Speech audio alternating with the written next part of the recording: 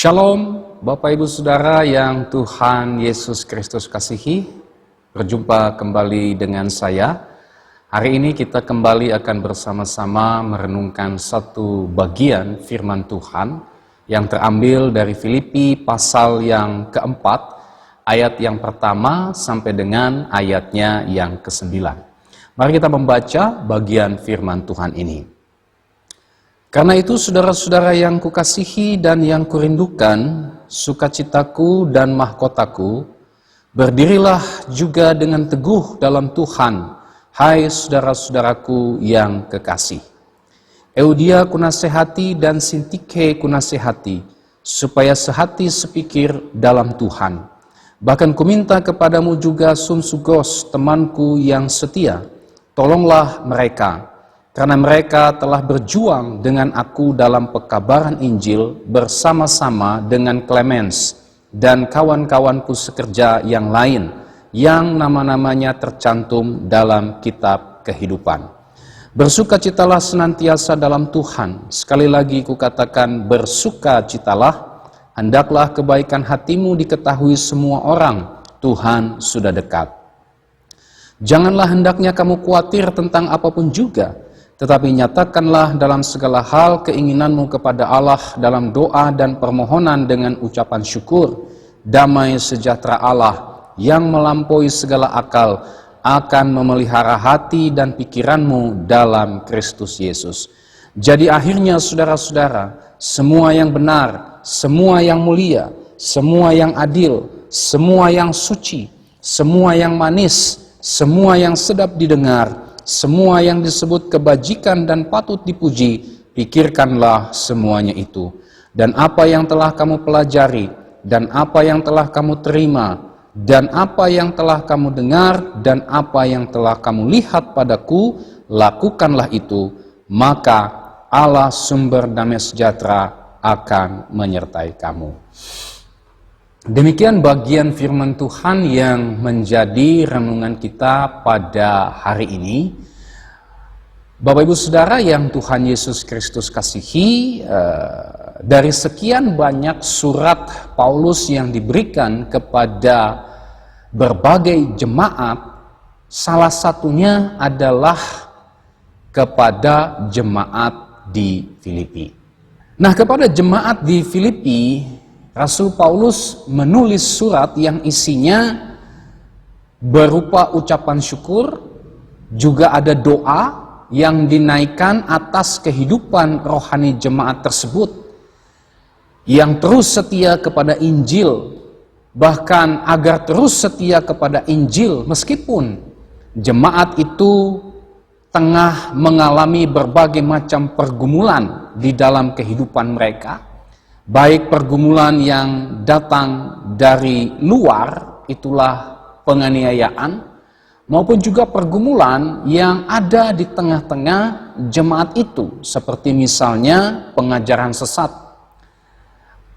Pergumulan yang lainnya adalah orang-orang yang tidak suka dengan pelayanan Rasul Paulus, serta pergumulan yang lain berupa ancaman perpecahan. Nah, selain ucapan syukur dan doa yang dinaikkan Rasul Paulus untuk jemaat di Filipi, Paulus juga memberikan beberapa nasihat bagi gereja di Filipi tersebut, ya, yang diantaranya adalah yang ada di dalam pasal 4 ayat 1 sampai dengan ayat 9 yang menjadi renungan kita pada hari ini. Nah, nasihat apa itu? Tentu saja sebagai orang-orang percaya kita terus membutuhkan nasihat-nasihat, entah itu yang sifatnya menghibur, nasihat yang sifatnya menguatkan, nasihat yang mendorong kita untuk maju di dalam iman dan pengenalan kita akan Tuhan. Tetapi juga nasihat bisa berupa teguran, bisa berupa didikan, bisa berupa disiplin yang tujuannya adalah supaya iman kita terus bertumbuh di dalam Tuhan. Nah, di dalam perikop yang kita baca ini, kita akan melihat ada beberapa nasihat yang penting, yang perlu kita perhatikan dan tentu saja kita perlu terapkan di dalam kehidupan kita sebagai orang-orang percaya. Apa saja itu? Yang pertama, ayat 1, berdiri teguh di dalam Tuhan. Jemaat di Filipi tengah menghadapi pergumulan, ya, baik yang berasal dari luar jemaat maupun pergumulan yang ada di tengah-tengah jemaat tersebut.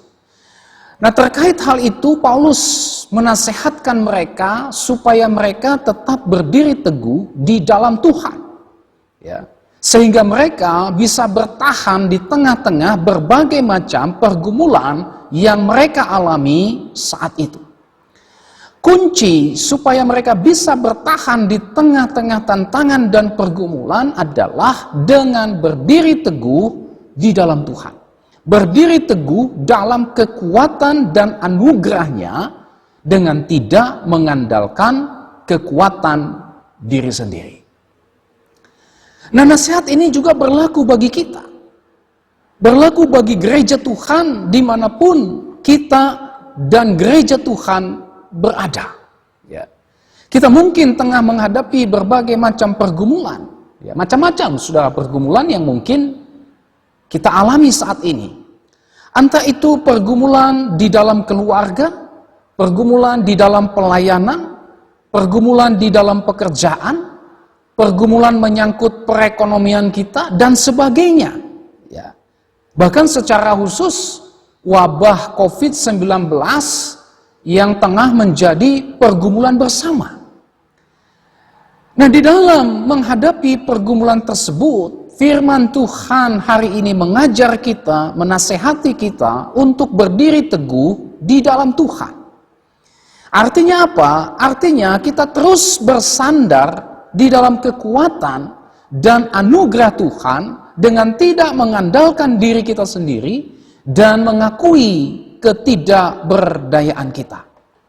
Kita perlu berdiri teguh dalam iman kepada Kristus Yesus yang telah menyelamatkan kita, sehingga kita tidak lagi membiarkan diri kita dipengaruhi, disesatkan, digentarkan oleh berbagai macam tawaran dunia ini, pergumulan dunia ini, serta berbagai macam tawaran dari berbagai macam ajaran-ajaran yang tidak bertanggung jawab, yang luar biasa berkembang saat ini.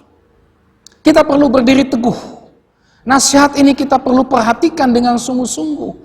Kita pelihara dengan sungguh-sungguh. Kita terapkan di dalam kehidupan kita sehingga kita bisa terus menikmati anugerah Allah yang berlimpah dan tetap bertahan di tengah-tengah apapun pergumulan yang kita alami dalam kehidupan kita.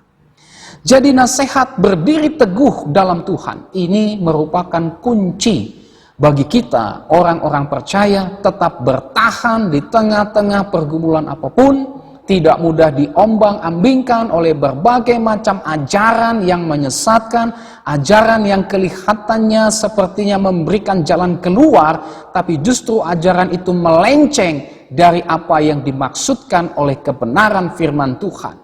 Kita perlu berdiri teguh di dalam Tuhan, sehingga kita tidak mudah terjebak, ditipu, dipengaruhi oleh berbagai macam tipu muslihat setan, tipu muslihat dunia ini yang menawarkan jalan keluar yang sepertinya kelihatan baik, tetapi justru menjauhi jalan Tuhan, tetapi justru bertentangan dengan firman Tuhan. Oleh sebab itu, mari kita berdiri teguh dalam Tuhan, bukan berdiri teguh atas apapun yang kita punya saat ini, bukan berdiri teguh atas kekayaan kita, atas fasilitas yang kita punya, atas pangkat, kedudukan, popularitas, jabatan, ya, kekayaan, keuangan, kemampuan kita, pengalaman kita, dan sebagainya. Bukan di dalam itu, tapi di dalam Tuhan. Karena Tuhanlah yang bisa memberikan kepada kita kekuatan, anugerahnya yang berlimpah, sehingga kita mampu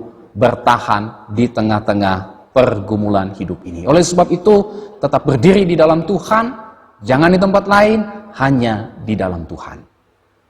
Nasihat yang kedua yang kita bisa lihat dari bagian ini, ayat 2 sampai dengan ayat 3 adalah sehati sepikir dan saling membantu dalam Tuhan. Tadi berdiri teguh dalam Tuhan, sekarang sehati sepikir dan saling membantu dalam Tuhan juga.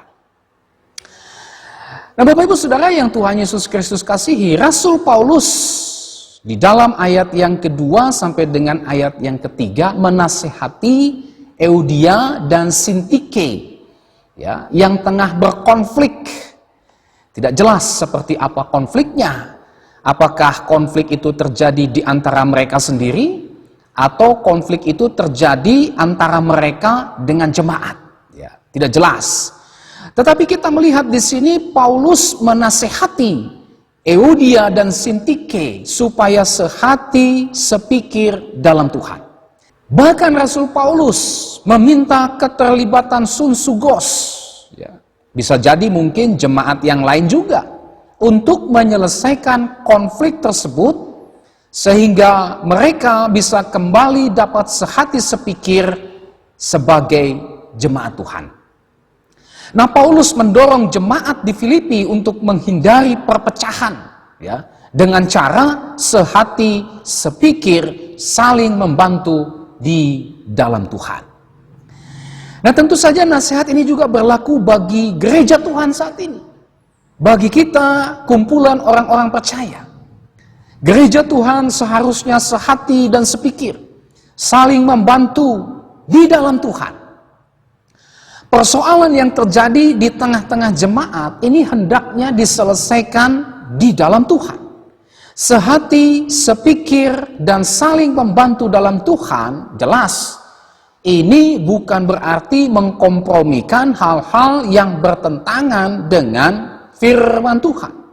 Jangan sampai menyelesaikan konflik yang penting selesai, maka cara-cara yang bertentangan dengan firman Tuhan pun dipakai. Tidak demikian. Sehati, sepikir, saling membantu dalam Tuhan. Sekali lagi ada kalimat dalam Tuhan. Ini bukan berarti mengkompromikan, ya, hal-hal yang bertentangan dengan firman Tuhan. Sehati sepikir dan saling membantu dalam Tuhan artinya tetap hikmat Tuhan dilibatkan, prinsip-prinsip ajaran firman Tuhan juga dipergunakan di dalam menyelesaikan setiap konflik, masalah yang terjadi di dalam kehidupan jemaat. Sehingga jemaat Tuhan, kita semua dapat sehati sepikir dan saling membantu di dalam Tuhan. Nah, oleh sebab itu, mari kita sebagai orang-orang yang percaya kepada Kristus untuk tetap sehati sepikir, saling membantu di dalam Tuhan. Mari kita sehati sepikir di dalam menghidupi ajaran Kristus. Mari kita saling membantu untuk meredakan konflik yang bisa mengancam kehidupan persekutuan kita, tentu saja dengan bersandar kepada hikmat Tuhan dan ajaran firman Tuhan. Nasihat yang ketiga, di dalam ayat yang keempat, bersukacita di dalam Tuhan. Nah, Paulus menasehati jemaat di Filipi untuk bersukacita di dalam Tuhan. Nah, menarik sekali Bapak Ibu Saudara, bahwa ketika Rasul Paulus menasehati jemaat di Filipi untuk bersukacita, bersukacitalah senantiasa dalam Tuhan, sekali lagi kukatakan bersukacitalah, ini dia sampaikan ketika dia sedang ada di dalam penjara. Bahkan ketika dia sedang menghadapi orang-orang yang tidak suka, yang mungkin iri, yang mungkin dengki dengan pelayanan Paulus. Ya. Paulus menasehati jemaat di Filipi agar bersukacita di dalam Tuhan. Sekali lagi ada kalimat di dalam Tuhan. Ya. Tadi berdiri teguh di dalam Tuhan, sehati sepikir dan saling membantu di dalam Tuhan. Dan yang ketiga, bersukacita di dalam Tuhan. Ya, Paulus menasehati jemaat di Filipi supaya bersukacita di dalam Tuhan ketika mereka sedang menghadapi ancaman penganiayaan, menghadapi ancaman perpecahan, menghadapi ancaman ajaran sesat. Paulus bersukacita dengan buah-buah kehidupan jemaat Filipi yang setia kepada Injil. Paulus bersukacita mendoakan jemaat di Filipi. Sukacita ini adalah sukacita karena Tuhan. Sukacita ini adalah sukacita karena di dalam Tuhan. Itulah yang dialami oleh Paulus, ya, ketika dia memberikan nasihatnya kepada jemaat di Filipi. Luar biasa, ya. Sukacita Paulus, meskipun situasi dan kondisi sepertinya tidak memungkinkan untuk bersukacita, tetapi sukacita di sini bukan sukacita sembarangan. Sukacita di sini adalah sukacita karena Tuhan. Sukacita di sini adalah sukacita di dalam Tuhan. Itu sebabnya Paulus bersukacita dengan jemaat di Filipi oleh karena kehidupan rohani mereka yang terus bertumbuh di dalam Tuhan, meskipun mereka sedang mengalami berbagai macam persoalan. Sehingga Rasul Paulus pun dalam pasal yang pertama berdoa dengan sukacita kepada jemaat yang ada di Filipi, meskipun dia sedang dipenjara. Ada orang yang tidak suka dengan dia. Jemaat di Filipi sedang mengalami berbagai macam persoalan dan pergumulan. Sukacita ini karena di dalam Tuhan. Inilah yang memungkinkan Rasul Paulus bersukacita, dan inilah juga yang dinasehatkan Rasul Paulus kepada jemaat di Filipi. Bersukacitalah di dalam Tuhan. Sekali lagi kukatakan, bersukacitalah. Bapak Ibu Saudara yang Tuhan Yesus Kristus kasihi, bersukacita di dalam Tuhan ini juga bagian kita orang-orang yang sudah percaya kepada Kristus. Sukacita di dalam Tuhan. Berarti sukacita itu kita alami ketika kita sudah di dalam Tuhan. Ketika kita sudah diperdamaikan dengan Kristus. Ketika kita sudah mengalami karya keselamatan Kristus. Ketika kita sudah mengalami perubahan yang radikal yang dikerjakan oleh anugerah Allah di dalam iman kepada Kristus, kita mengalami sukacita tersebut. Sukacita itu adalah sukacita Kristus. Yohanes pasal 15 ayat 11. Sukacita itu adalah sukacita yang bertumpu kepada Allah sendiri, bukan kepada yang lain. Karena kita ada di dalam Tuhan. Nah, sukacita tersebut adalah sukacita dalam segala hal. Sukacita pada segala waktu. Sukacita tersebut adalah sukacita karena turut ambil bagian dalam penderitaan Kristus. Sukacita itu adalah karena kehidupan iman yang semakin bertumbuh dan berbuah. Sukacita itu adalah karena kesaksian Kristen semakin dikenal dan menjadi berkat bagi banyak orang. Sukacita itu adalah sukacita yang terus-menerus dikerjakan oleh Roh Kudus. Sukacita oleh karena Tuhan terus berkarya, oleh karena Tuhan terus hadir memimpin, oleh karena Tuhan terus menyertai kehidupan Kristen kita di sepanjang kehidupan kita. Sukacita yang dialami hanya di dalam Tuhan. Di luar Tuhan tidak ada sukacita yang seperti ini.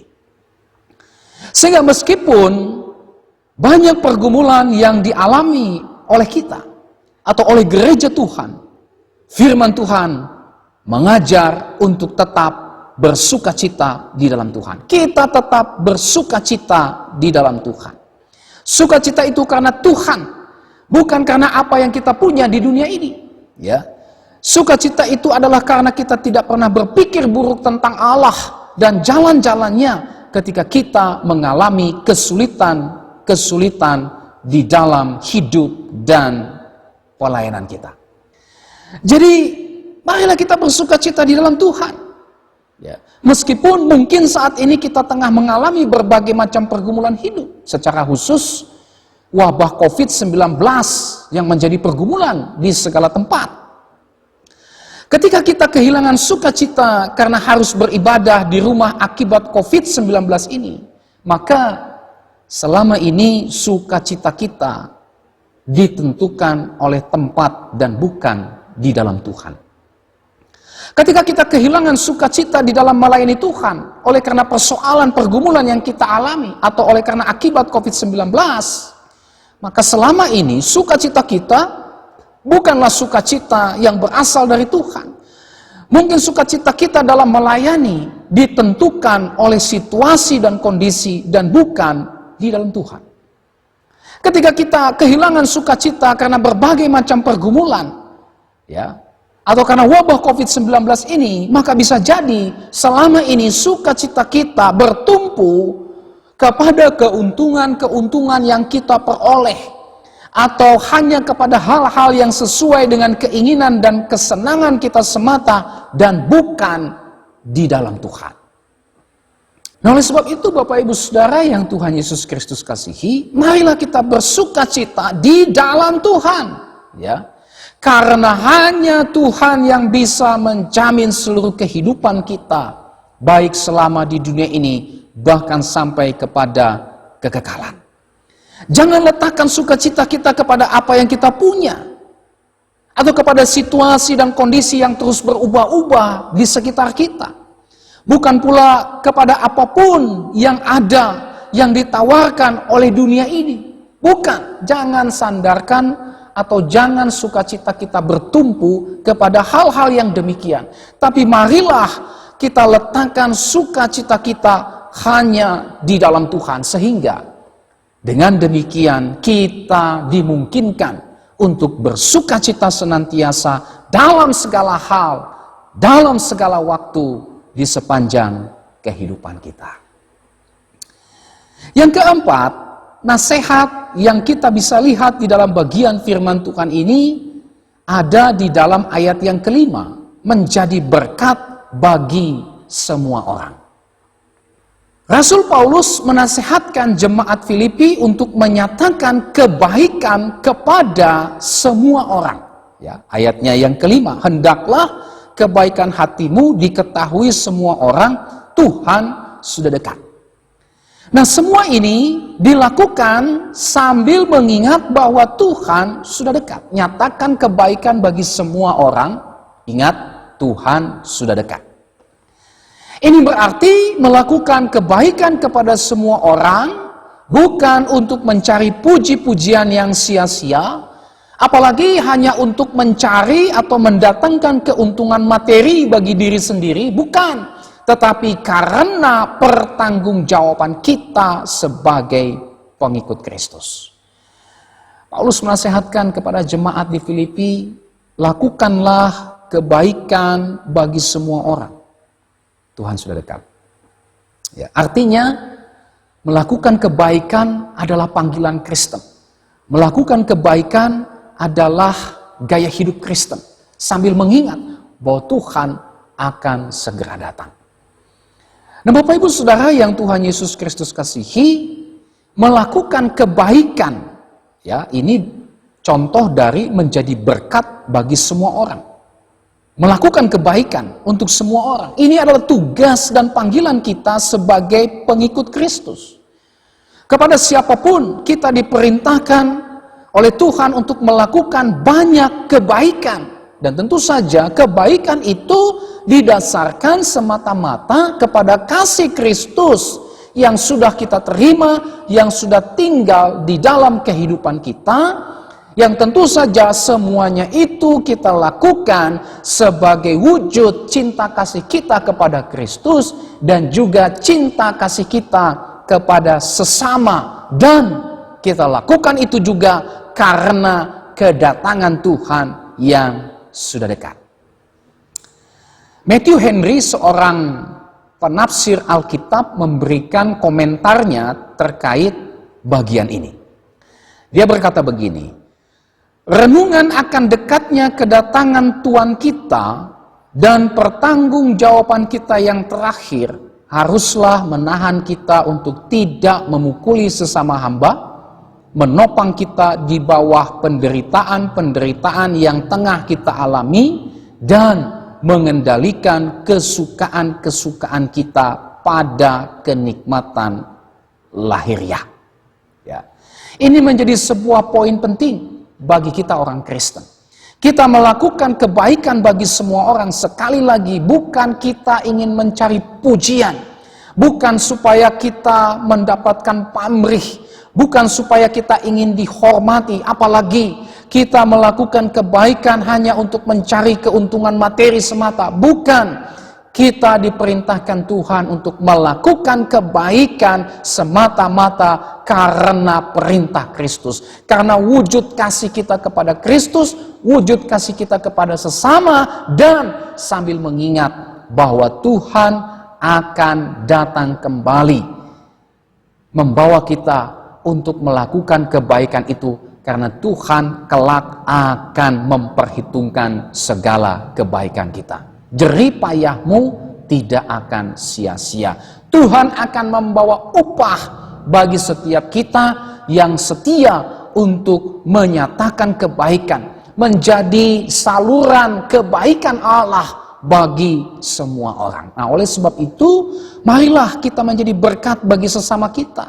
Teruslah menyebarkan kebaikan di mana saja dan kapan saja, secara khusus di tengah-tengah wabah COVID-19 ini. Tentu saja bukan hanya di tengah-tengah wabah COVID-19. Persoalan pergumulan-pergumulan yang terjadi di sekitar kita. Mari kita menyebarkan kebaikan dimanapun kita berada. Kita melakukannya karena kedatangan Tuhan yang sudah dekat, yang akan datang, yang akan memberikan upah kepada kita, dan yang akan membalaskan setiap kejahatan di dunia ini. Nasihat yang kelima, ayat 6 sampai dengan ayat yang ke-7, itulah jangan khawatir. Nah, ini Paulus menasehatkan jemaat di Filipi supaya mereka jangan khawatir tentang apapun juga, melainkan membawa segenap kekhawatiran itu dalam doa, permohonan, dan ucapan syukur, karena damai sejahtera Allah yang melampaui segala akal akan memelihara hati dan pikiran mereka dalam Kristus Yesus. Paulus menasehati jemaat di Filipi, jangan kamu khawatir tentang apapun juga, ya. Tapi bawa seluruh kekhawatiranmu kepada Tuhan dalam doa dan ucapan syukur, permohonan kepada Tuhan, maka damai sejahtera Allah yang melampaui segala akal itu akan memelihara hati dan pikiran mereka, sehingga mereka dibebaskan dari yang namanya kekhawatiran. Persoalan mereka mungkin alami, pergumulan tengah mereka alami, tetapi mereka tidak khawatir, melainkan hidup dalam damai sejahtera Allah. Ada ketenangan, ada ketentraman, karena damai sejahtera Allah ada di dalam hati dan pikiran mereka. Dan dengan kita juga demikian, Bapak Ibu Saudara. Persoalan yang terjadi dalam kehidupan kita, secara khusus COVID-19 ini, bisa membuat kita menjadi khawatir. Ya. Tetapi apapun kekhawatiran yang kita alami saat ini, jangan biarkan kekhawatiran itu justru semakin berlarut-larut, lalu menguasai hati dan pikiran kita, sehingga membuat kita pada akhirnya meragukan pemeliharaan Tuhan dalam kehidupan kita. Firman Tuhan hari ini memberi nasihat kepada kita supaya kita jangan khawatir tentang apapun juga tidak boleh kita khawatir. Tetapi marilah kita berdoa kepada Tuhan atas apapun kekhawatiran yang kita alami, dan tetap mempercayai anugerah pemeliharaan Tuhan di dalam kehidupan kita.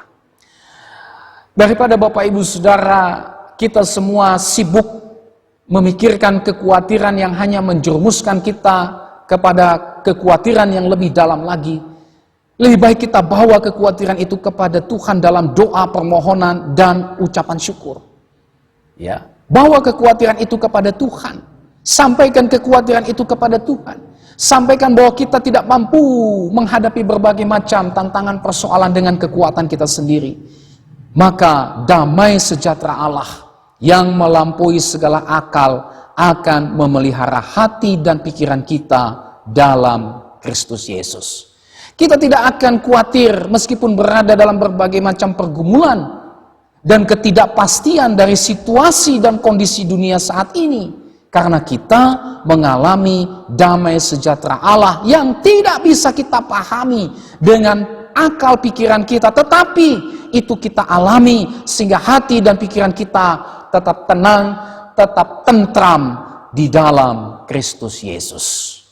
Ya, Memang aneh orang-orang Kristen, orang-orang yang percaya kepada Tuhan. Ketika seluruh dunia ini cemas dengan situasi kondisi yang dialami saat ini, tetapi mengapa orang Kristen tetap berpengharapan? Mengapa orang Kristen bisa tenang dan tentram di tengah-tengah tantangan dan persoalan hidup? Ini tidak masuk di akal bagi orang-orang yang belum percaya Tuhan. Tapi sekali lagi, damai sejahtera Allah lah yang mengerjakan itu. Oleh karena hati dan pikiran kita dikuasai oleh damai sejahtera di dalam Kristus Yesus. Artinya, damai sejahtera Allah itu hanya bisa diperoleh di dalam Kristus Yesus. Tidak ada di tengah-tengah dunia ini. Dunia tidak bisa membeli damai sejahtera Yesus Kristus itu. Damai sejahtera Allah yang hanya ada di dalam Yesus Kristus itu. Maka kita semua dimungkinkan untuk tetap berpengharapan. Untuk tentram, tenang di tengah-tengah persoalan dan pergumulan apapun itu. Luar biasa. Berkat yang disediakan oleh Allah di dalam Kristus Yesus bagi orang yang percaya kepada Dia.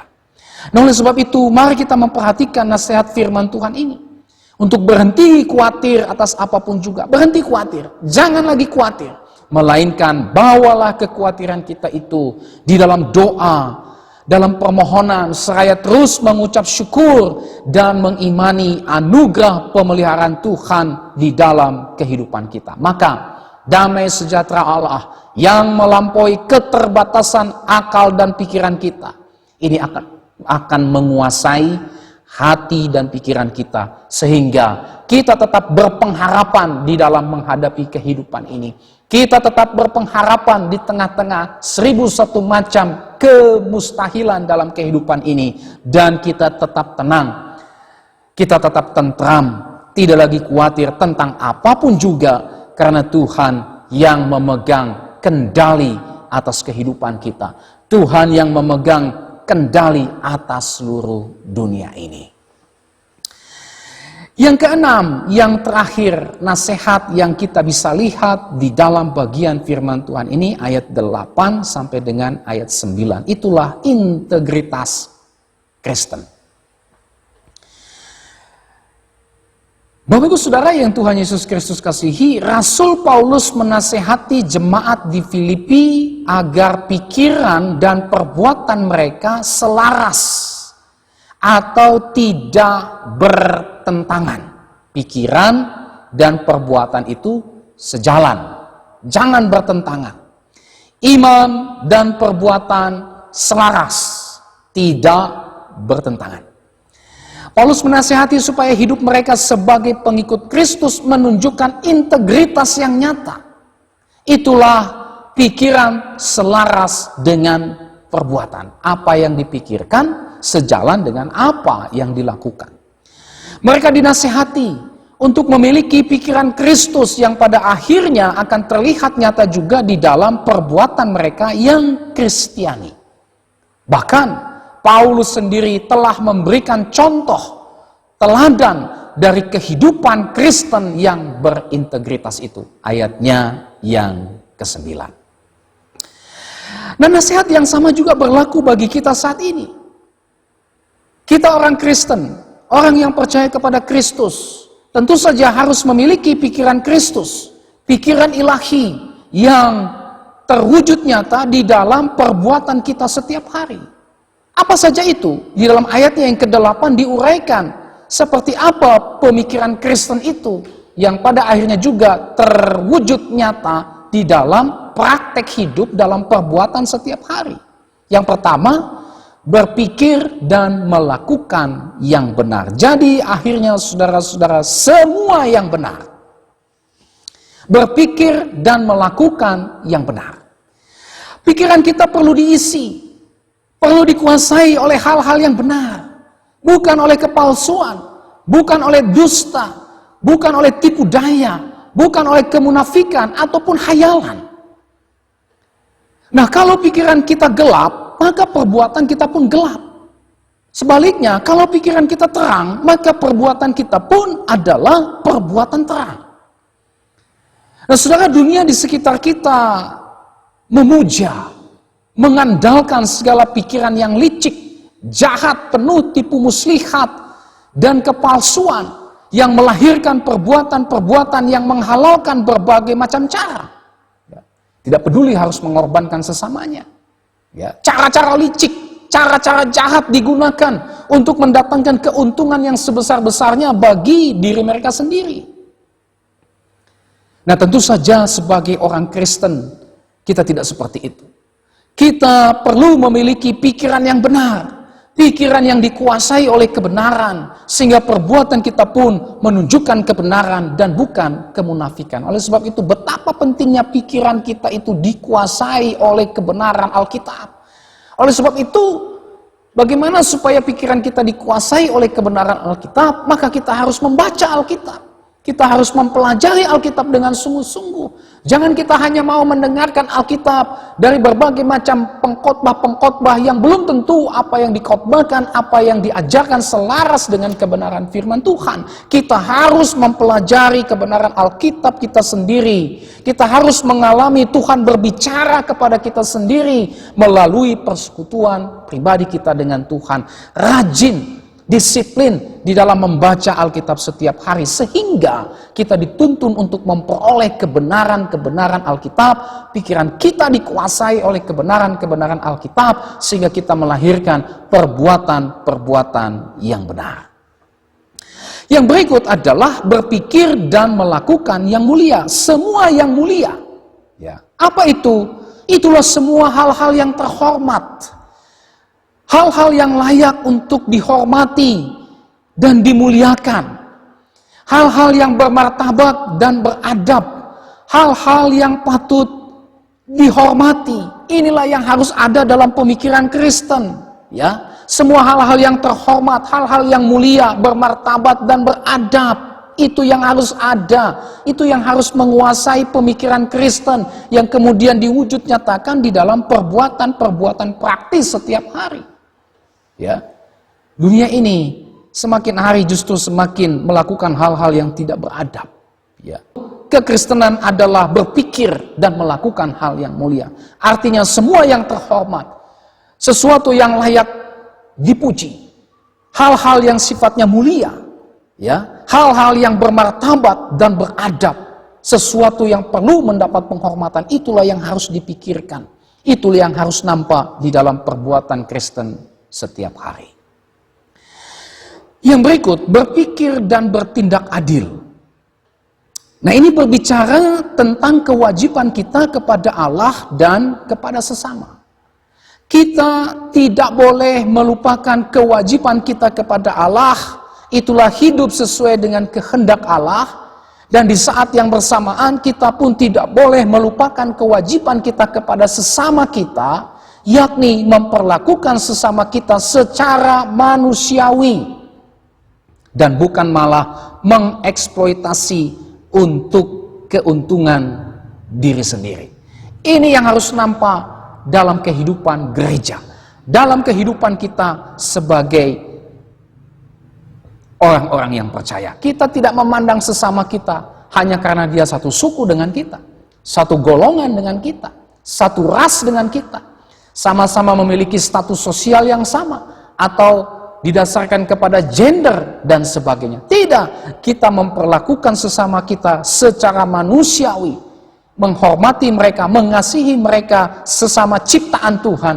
Itulah yang disebut dengan berpikir dan bertindak adil. Yang berikut adalah berpikir dan melakukan yang suci. Ya. Semua yang suci. Suci di sini mengandung arti tak tercemar secara moral. Nah, bila dikaitkan dengan upacara pengorbanan, kata suci ini menjelaskan tentang sesuatu yang sudah ditahirkan sedemikian rupa, sehingga menjadi layak dibawa ke dalam hadirat Allah dan dipakai di dalam pelayanannya. Suci, tidak tercemar secara moral. Sebagai pengikut Kristus, pikiran dan perbuatan kita tentu saja tidak boleh dibiarkan tercemar oleh berbagai macam perilaku duniawi. Ingat, tubuh kita ini adalah bait Allah yang sudah disucikan oleh kematian Kristus di kayu salib. Oleh sebab itu, sudah seharusnya lah tubuh kita yang merupakan representasi hidup kita yang dipersembahkan kepada Allah, ini mengerjakan hal-hal yang suci dan bukan malah mengerjakan hal-hal yang cemar. Berpikir suci, bertindak suci, berarti kita juga tidak kompromi dengan segala macam hal-hal yang sifatnya duniawi. Dan banyak saya menemukan orang Kristen demi untuk menjangkau orang-orang yang di luar Kristus, tetapi cara menjangkau mereka justru mengkompromikan kehidupan yang suci. Menjadi sama dengan perilaku mereka, menjadi sama dengan tabiat dan perbuatan mereka. Ini tentu saja bertentangan dengan kebenaran firman Tuhan. Mereka beralasan bahwa kalau misalnya hidup suci, mereka tidak akan diterima oleh orang-orang yang belum percaya kepada Yesus atau orang-orang yang masih hidup dalam kecemaran.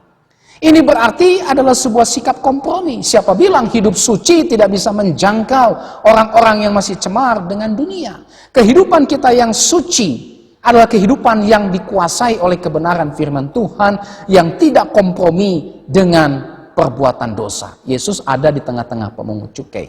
Yesus melayani orang-orang yang hidupnya tidak benar.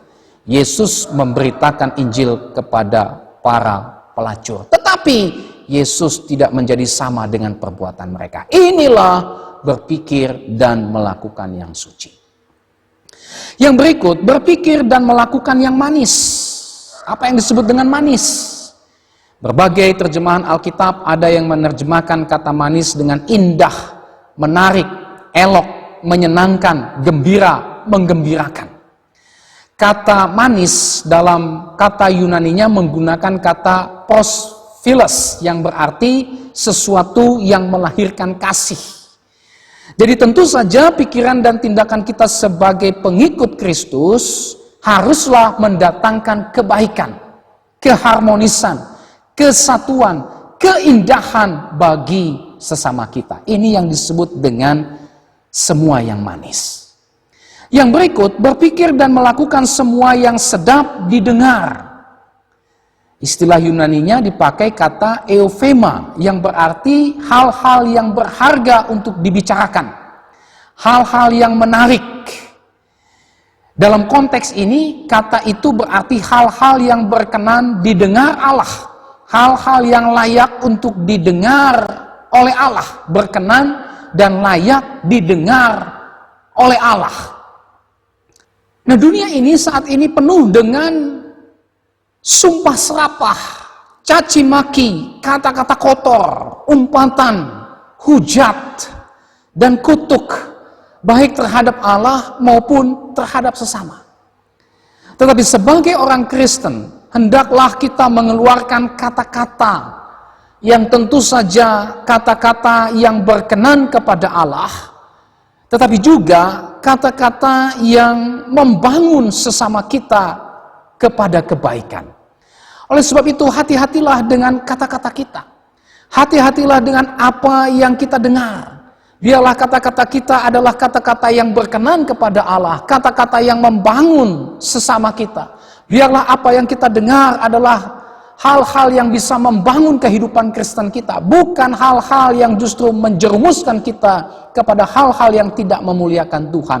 Mari kita menggunakan telinga kita untuk menyaring sehingga apa yang kita dengar itu adalah hal-hal yang berguna, bukan gosip, bukan fitnah, bukan gibah atau hal-hal yang jelek lainnya, tetapi semua yang sedap didengar.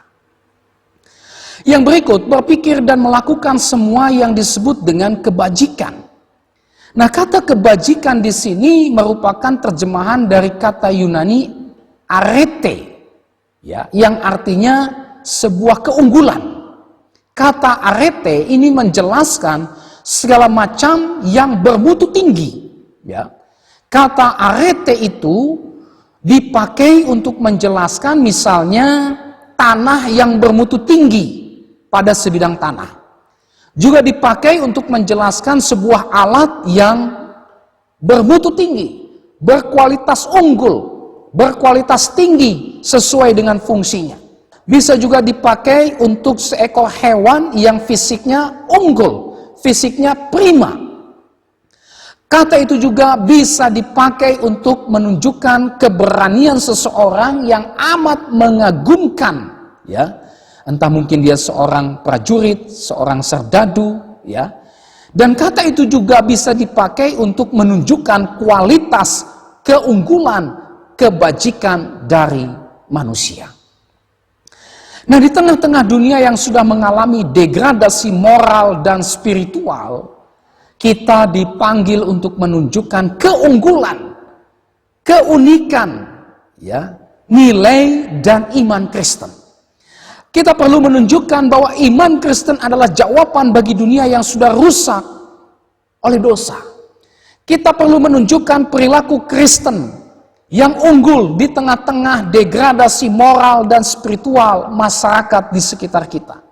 Kita perlu menunjukkan bahwa pikiran dan perbuatan Kristen ini memiliki kualitas, keunggulan yang bisa memberi pengaruh yang signifikan bagi kehidupan di sekitar kita.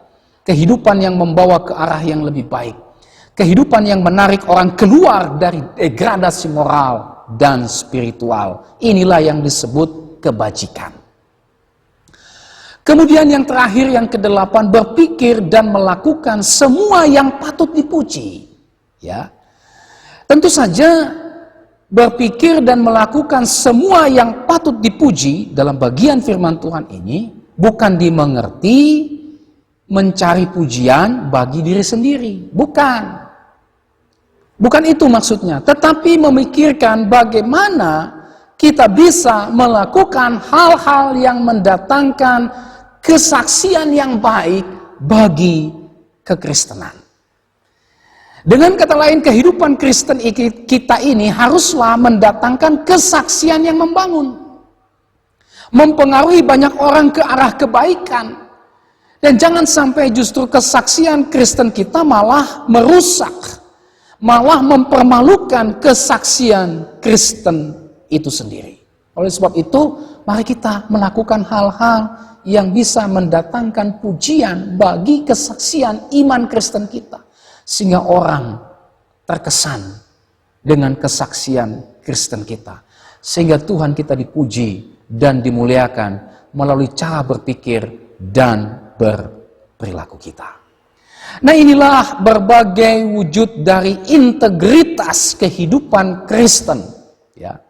Nasihat Paulus, orang Kristen harus memiliki integritas dalam hidupnya. Itulah pikiran selaras dengan tindakan. Iman selaras dengan perbuatan yang contohnya diuraikan dalam 8 hal yang dinyatakan di dalam ayatnya yang ke-8. Gereja Tuhan dipanggil untuk menunjukkan sikap hidup yang berintegritas di tengah-tengah gereja maupun di tengah-tengah masyarakat. Nah, Bapak Ibu Saudara yang Tuhan Yesus Kristus kasihi, inilah 6 nasihat bagi gereja. Nasihat bagi kita sebagai orang percaya. Kiranya 6 nasihat yang disampaikan dalam bagian firman Tuhan ini bagi kita, bagi gereja, dapat kita lakukan di dalam kehidupan kita setiap hari, sehingga gereja Tuhan dimanapun berada menjadi berkat bagi semua orang dan mempermuliakan nama Tuhan. Sampai kita berjumpa kembali, Tuhan Yesus memberkati saudara dan shalom.